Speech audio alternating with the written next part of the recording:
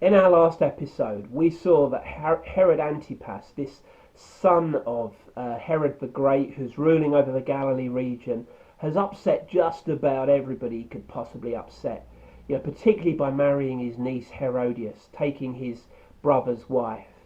And as a result, he ends up with lots of opponents. He ends up with opponents from the Jews. He ends up with opponents from his own family. He ends up with his wife going back to her dad and dad sending an army to attack him. And he ends up being condemned by both John the Baptist and by Jesus.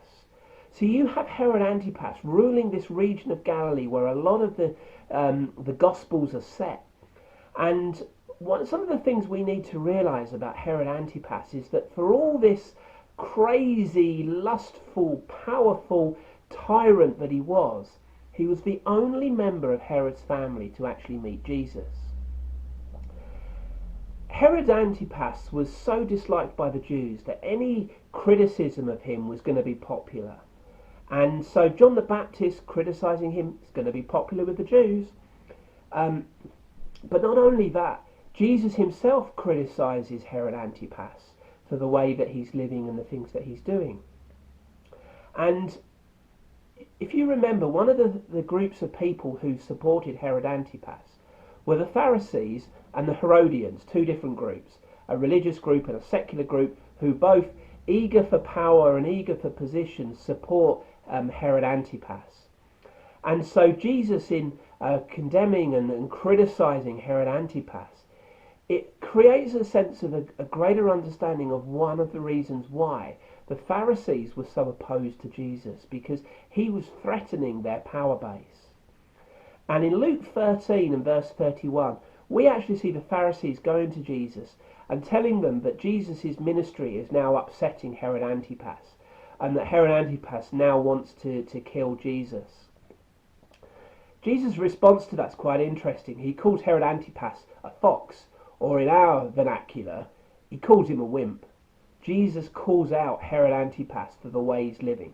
So the context of what we're reading about in the Gospels is set against this political challenge where our characters, our heroes, are speaking out against the corrupt ruling powers. And don't forget Herod Antipas, he's disliked by the Jews, he's disliked by the Romans, he's disliked by the emperor, he's disliked by John, he's disliked by Jesus. He's even an enemy of Pontius Pilate, who's ruling over his brother's kingdom in Judea. And so this power-hungry man basically has no friends, apart from these people who are hanging on to his coattails for power. And Antipas's behaviour, his character, the context of what we read is this is all being challenged. And I guess there's a point where you could say the truth hurts. As this behaviour where he's married his brother's wife and he's doing all these evil things are being challenged, it provides the context for our hero and his close relative Jesus for when they challenge him.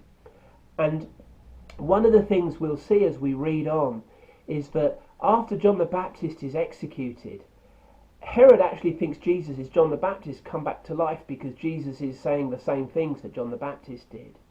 And even some of Jesus' parables are a veiled sort of threat and criticism of Herod and his supporters, and probably explains why Jesus is upsetting the Pharisees and the Herodians and why they don't like him.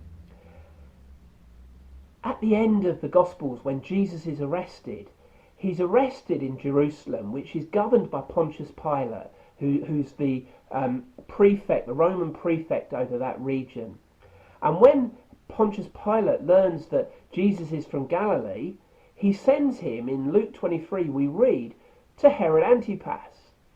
So here we have this confrontation of Herod Antipas, who's wanted to kill Jesus, who dislikes Jesus for his criticism of his lifestyle, is suddenly face to face with Jesus, and he says, "Go on, show me a miracle, give me a performance." And Jesus doesn't answer him. Jesus is silent. He refuses to play Herod Antipas's game. He refuses to sort of perform, and as a result of Jesus' silence, Herod Antipas gets mad, and they tend to mock Jesus and criticize Jesus, and as a result, Herod Antipas sends Jesus back to Pontius Pilate because he doesn't have the authority to act, so he sends him back to Pontius Pilate. And what we read in Luke 23 verse 12 is, at this moment Pontius Pilate and Herod Antipas become friends, because up to this point they've been enemies. The context of the Gospels is set very clearly against this political saga of Herod the Great's family dynasty influencing everything. But it doesn't end there.